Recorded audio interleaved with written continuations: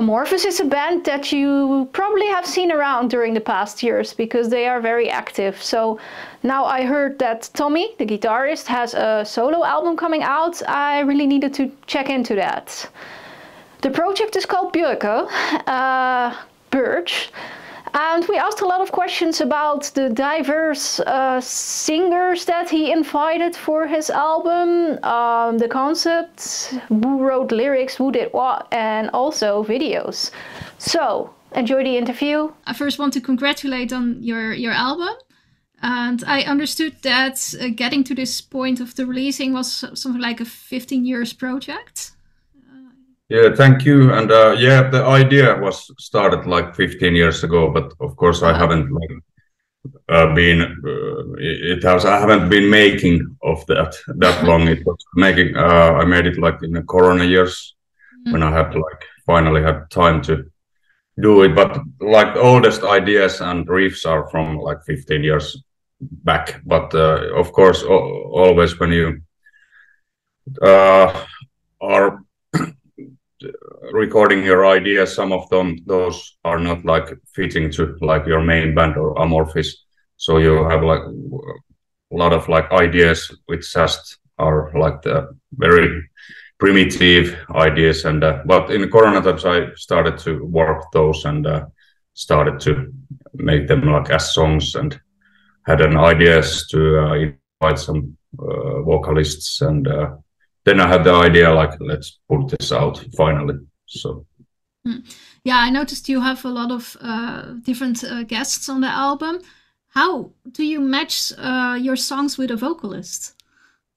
Well, because I realized pretty soon that all the songs are like very different kind comparing to each others, of course.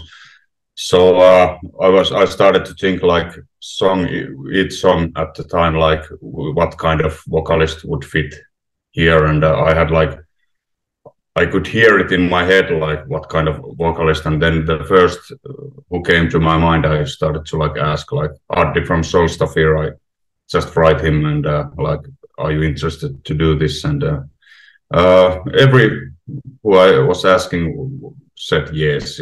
So I was lucky in that way. So it was a very intuitive project. Okay. How would you describe the album as a total? It's too hard.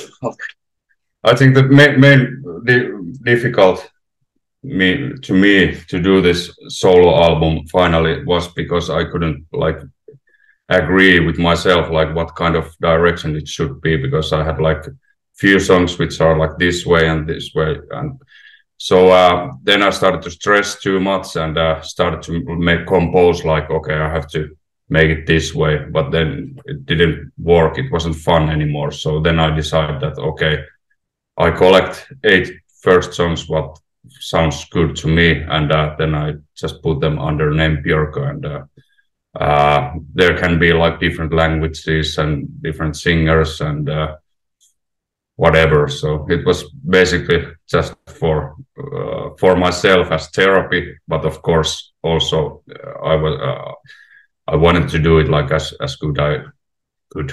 But it was fun, and it was very much a lot of work, but it was very difficult, very important at that time period of time when we had to cancel like 150 shows.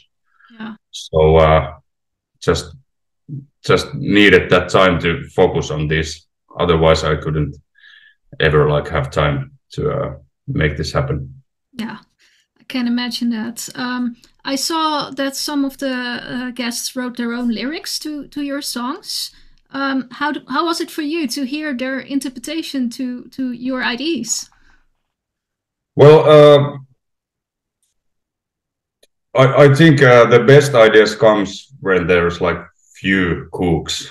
I mean, of course, this wouldn't happen this way, this whole album, without the vocalists and other guys who are like involved in this project. So I gave them like free hands to do what they want, and I had like lyrics for each songs. but I was asking same time then if you want to do it yourself, go ahead, because a lot of vocalists want to do it, or they're used to sing like own lyrics. So I think that was like very reaching, I don't know what's the word, element, to have like other ideas as well. But of course, like most of the vocalists produce their like whole vocal lines and arrangements themselves, so it's not only my like child. So I was the ideal father, but there's also other cooks. Yeah, I can imagine. So who's the one who surprised you most then?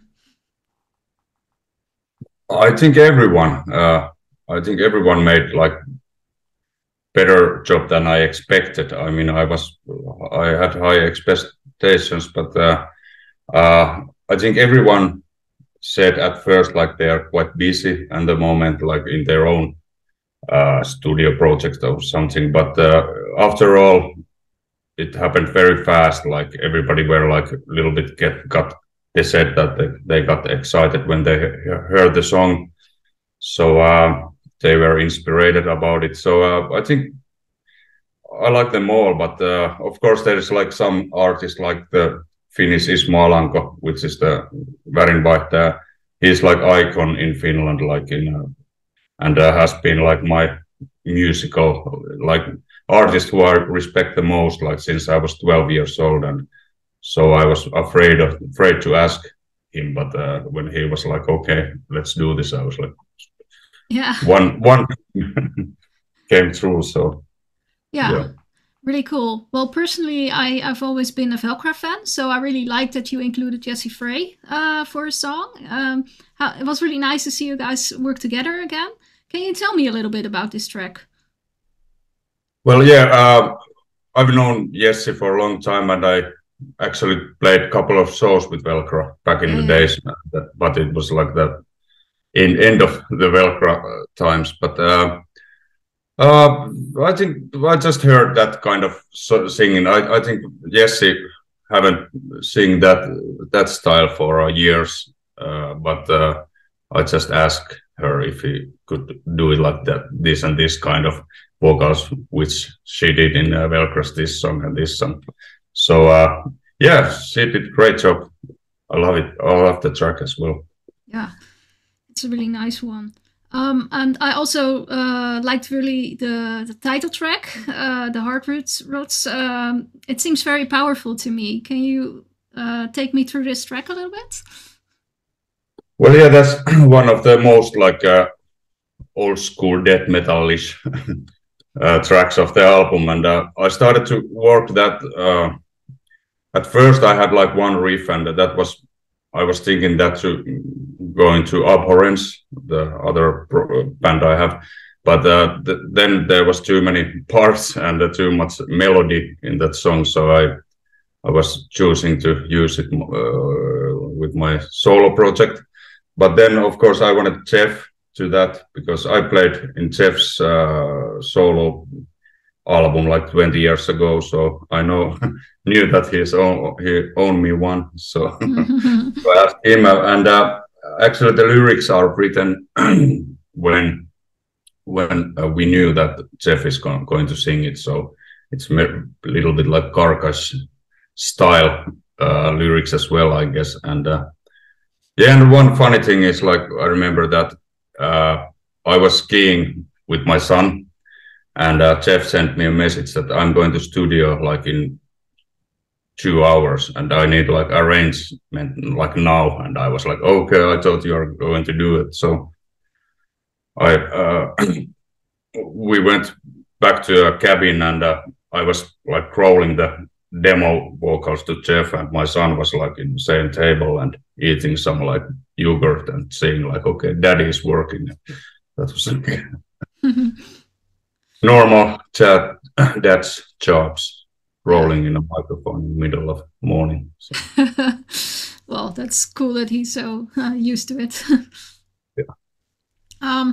Then I was wondering a little bit about the song that you did with Shagrath. How did that came together?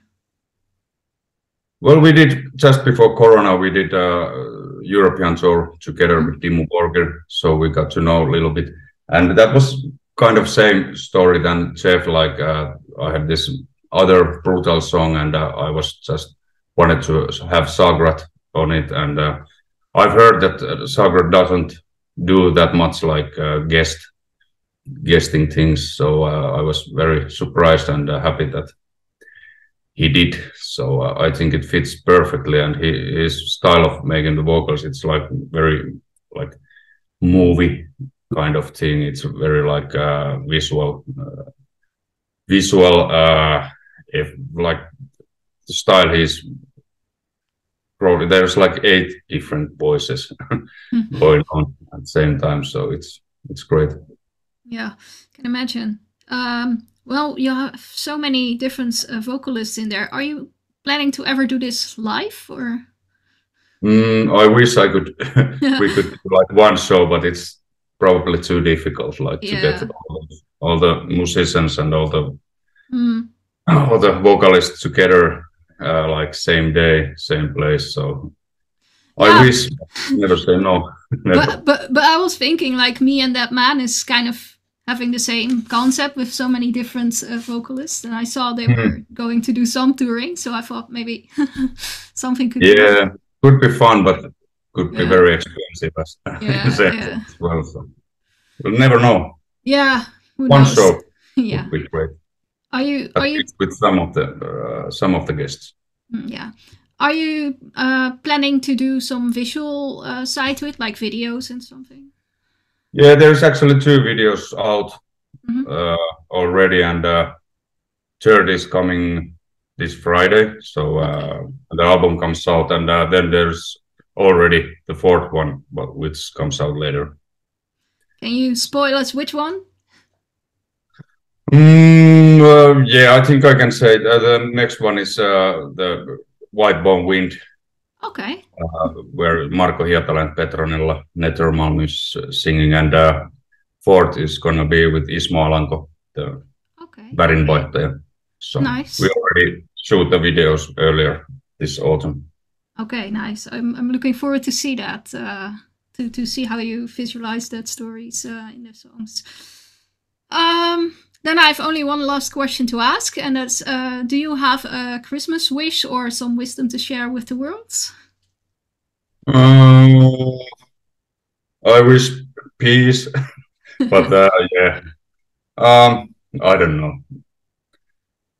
I'm not that Christmas person, to be honest, but I wish the snow would stay, at least like some of the snow, so it's not that dark times and normally, but I just hope these mad wars to end and things like this.